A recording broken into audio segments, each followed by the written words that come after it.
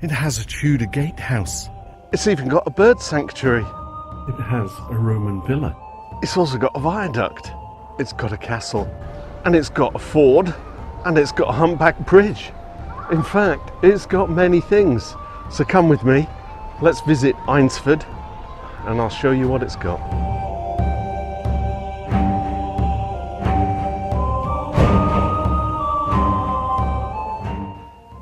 Just outside Eynsford is Lullington, and there's the Roman villa, which we'll visit shortly, and Lullingstone Castle and World Garden. Now, there's been a structure here since the 1200s, and it's been in the family for 20 generations.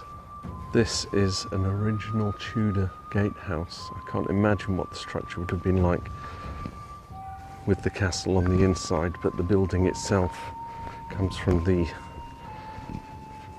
15th, 16th, 17th, one of those centuries. It's just magnificent. So certainly off grounds for the public. I think it's open on a Friday, Saturday or Sunday. Friday, Saturday and Sunday. You can come and visit the gardens. Been in the Dyke family since, well, for 20 generations. How long is a generation? 60 years, 50 years? How long does one live? So we're going to start here and we're going to head that general direction. We'll do the Roman villa, we'll do the, what do you call it, the viaduct, and then we'll go into Eynsford proper and have a look around.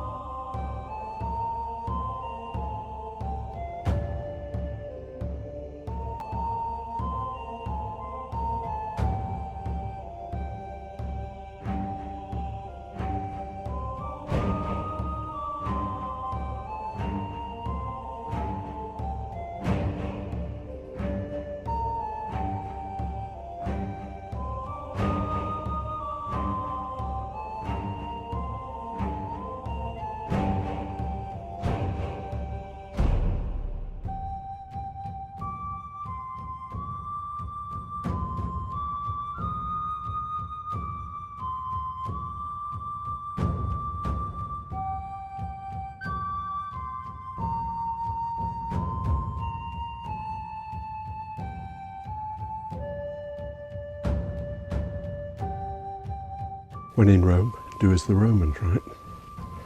Or, when in Eynsford, do as the Romans.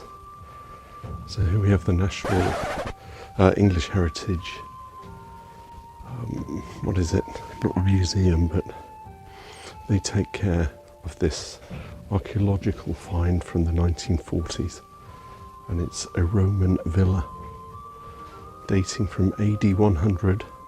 So it was occupied, built in AD 100 and occupied up to AD 420, just before the Romans left. It's the most preserved Roman archaeological site I think I've ever seen. They've got all these displays and artifacts. It's really quite amazing. And from up here, you can see down on the actual villa with all its rooms. So what I'm going to do, there's a film that's going to run in a few minutes. So I'm going to let the film run, allow it to do the commentary, because I really don't want to talk too loudly. So many people, it's all very hushed. It's all quiet. So I'll let the film run and it will give the story of the villa. The Romans in Eynsford. This is the closest you're likely to get to crossing that vast threshold of time, planting your feet firmly in Roman Britain. What you're about to see are the foundations of a family home brought back to life. You'll see it grow from its modest beginnings as a working farm to an impressive country house. It's time to turn back the clock to when Britain was merely a frontier outpost of a vast empire ruled from faraway Rome. Britannia AD 100. A Roman province policed in the north, settled and flourishing in the south. Welcome to the Darent Valley in Kent. This region had the highest density of Mediterranean-style villa estates in the whole of the country. But what was Lullingstone Roman villa like? Who were the people that lived here? Were they settlers from abroad? Or were they native Britons who adapted to Roman rule? Over 300 years at Lullingstone, did their identity change? To give you an idea of its scale, let's fast forward to when the villa was at its peak in the 4th century.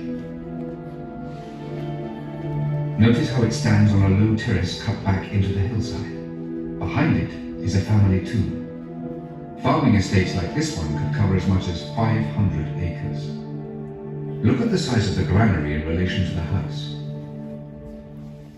It suggests we are looking at a highly productive farm, close to the road networks and the River Darent. The river carried barges transporting its plentiful yield of corn and perhaps fruit, vegetables and meat to be traded downriver, maybe even as far as London. Now let's return to Lullingstone's roots and chart its rise from humble homestead to luxury estate. We are actually standing at the rear of the excavated villa, and this plan shows it at its peak. However, when it was first built, it was a much less grand affair. Let's move round from our present view to see the villa from the front. Lullingstone is a typical villa of the period. It features a central block of rooms, linked by a corridor at the rear and fronted by a veranda. Intriguingly, under the north wing there is a deep cellar. Between the years AD 150 and AD 200, the villa begins to grow. There are new baths in the south wing, more rooms to the north, and a separate kitchen block behind the house. Now here's something very unusual. This is no longer a basic villa. See how the original cellar can now be entered from the outside? This suggests a communal entrance, probably shared with others known to the family. Was there some kind of worship practiced here? The Romans worshipped many gods influenced by cultures throughout their empire. Perhaps this was a shrine to water spirits. Today, this room is known as the cult room. As to what a Roman did with his leisure time, well, that's quite another matter. Just as we enjoy a sauna or hot tub today, the Romans also found time to unwind. But we'll take our leave as the villa is about to change yet again. We're now on the threshold of a golden age in Roman Britain, peace and prosperity. And the owner of our villa is also doing well. The baths get a makeover with a new large plunge pool. There is the introduction of underfloor heating in the new north wing, a real sign of luxury. The veranda is extended. A family tomb is erected on the terrace behind, and a large new granary is built by the river. But there's more to come.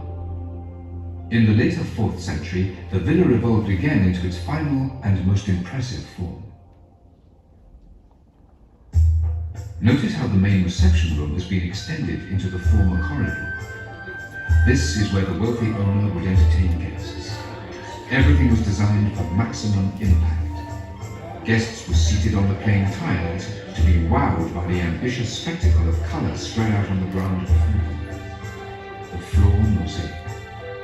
No luxury villa was complete without it, and having paid a small fortune, you took every opportunity to ensure your dinner guests admired your good taste, sophistication, and wealth. The scene is taken from Greek mythology. It relates how the Prince of Corinth, Bellerophon, was set the task of slaying the fire-breathing she-monster, the Chimera.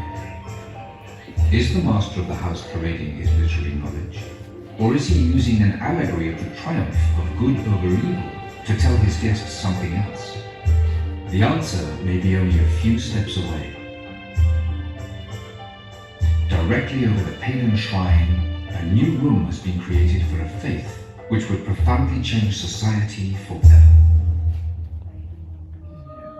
Here, in the new house church, is some of the earliest evidence of Christianity ever found in Britain.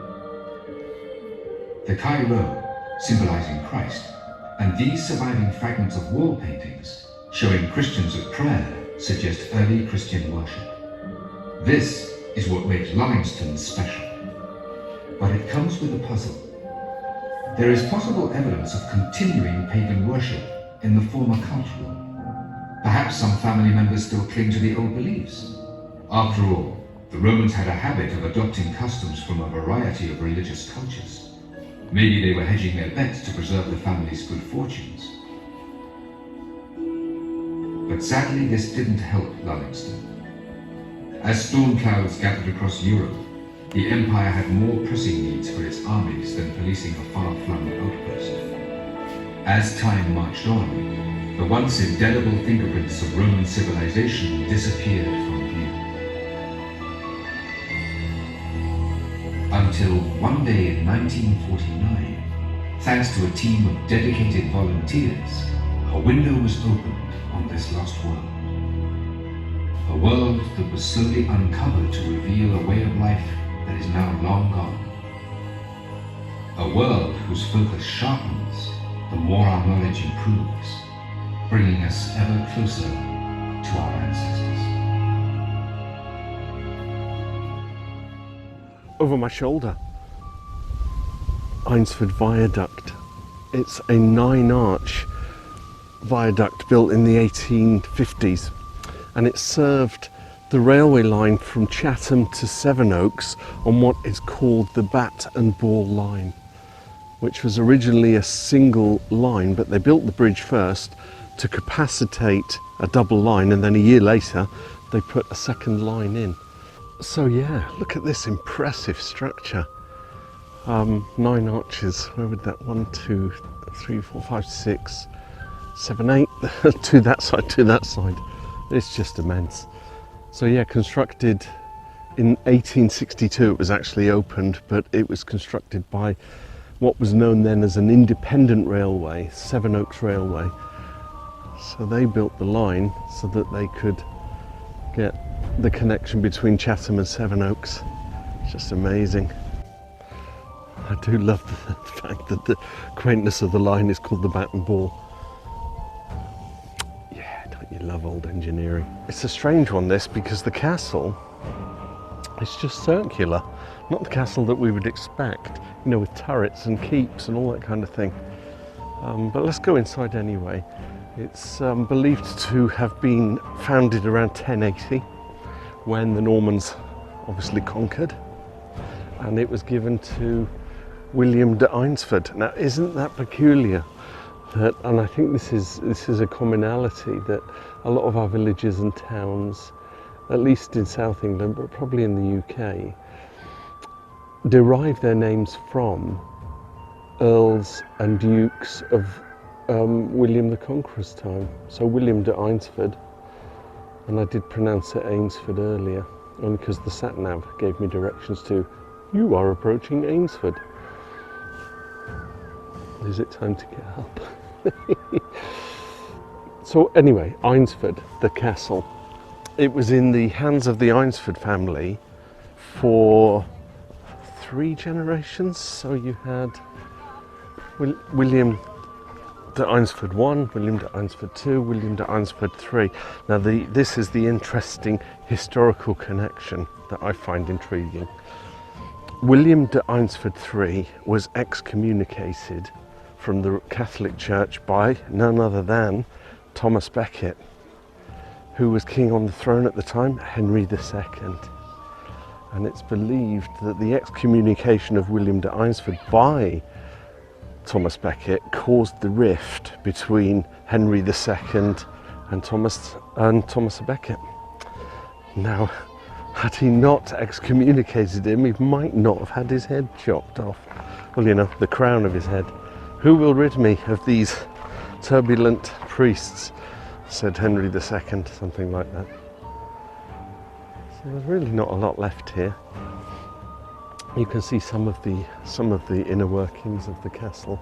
but it was just a circular moat. Let me give you a tour. Let's go down these steps and we'll take a view of the castle from the field below. So it's quite an impressive structure when you think this is 1080 when it started to be built. Not that there would have been a moat. I suppose what I'm thinking is that any castle built during that time is built in the same instruction and format. So yes, I think there would have been a moat coming around because it's a stronghold of defence for the lord of the land. He lives inside, his soldiers are inside. Look at that wall. And they need to keep the enemy out. It's quite impressive. Shall we touch it? We like to touch, don't we? Are you ready for a shock? Yes. For no other reason than we're allowed to touch. See, it doesn't look much from the inside, but from the outside it looks like it's leaning actually. From the outside it looks very foreboding. There's a cockerel again. Oh, that's what's left of the moat. We're going to get trouble trying to cross that. Okay, under the moat, under the drawbridge. Let's leave the castle behind. Take a little stroll through the town centre. I say town centre, it's a village, right? Down the high street, down to probably the most, because I guess what I want to do is take you to Eynsford. It's got a history connection with William the Conqueror and Thomas à Becket and the Romans and Christianity. John Wesley, the founder of the Methodists, it's believed that he came here and preached, so I want to take you to that location. Eynsford. So how old do you think these terraced houses are? Makes me think of the 30s, the 20s and the 30s. Willow Terrace. It's the kind of thing I'm used to, kind of remembering from when I grew up in the north of England and Scotland and the like. I've been everywhere, I have. I've seen many things, none of which would scare you. Right, just about here now. So across the high street we've got Ford House, which was the post office. I love this antique shop. It's called the Sweet Shop. Not quite ye old. There's a tea room, which I fancy taking. Oh, look, the car's coming through the Ford. Is he going to make it? Everyone wants to drive through a Ford at least once. Ooh, lovely.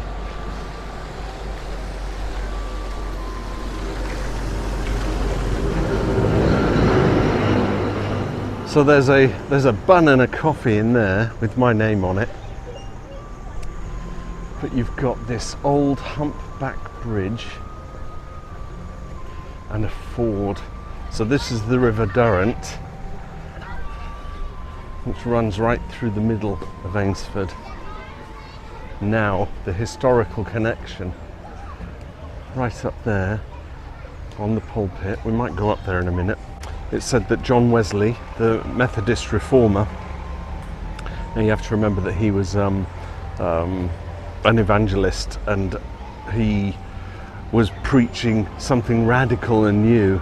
So he came to Eynsford, stood up there and preached the Methodist gospel, or the good news of Methodism. So many different cultures in it. Let's take a walk up the bridge. I so want a car to go through the ford while I'm filming. We'll go up onto the ford. These are just, it's, for a little walk around. Eynsford's got so many things for such a small village to see. Castle, Roman villa, historical locations, a humpback bridge, a ford. Here comes a car.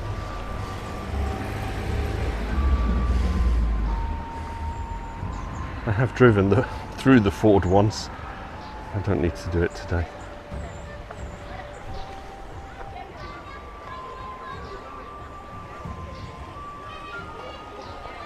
Isn't that amazing? Everybody enjoying their day. I wasn't sure if I was going to come out and do this today because I was at the White Horse yesterday, and I thought I'd set my alarm for 4 a.m. I was thinking I'll get up and try and get to the viaduct and take some photographs with the sunrise because it was supposed to be sunny. And I woke at 4 and it was cloudy, and then I was pottering about the house and I thought, you know what, let's just get out there anyway, let's just do it. And I'm kind of glad I did.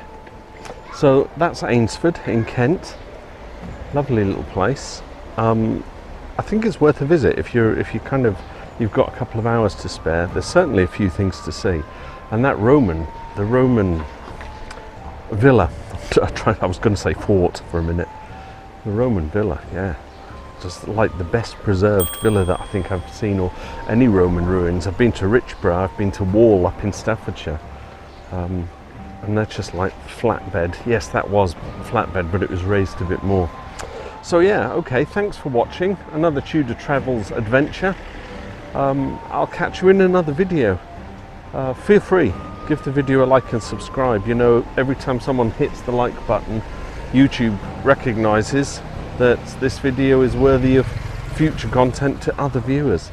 So you have a part to play if you're watching this video. You have a responsibility and it costs you nothing. So I'm going to go into that tea room, get myself a nice cuppa and a cake, and I will see you in another video. Bye for now.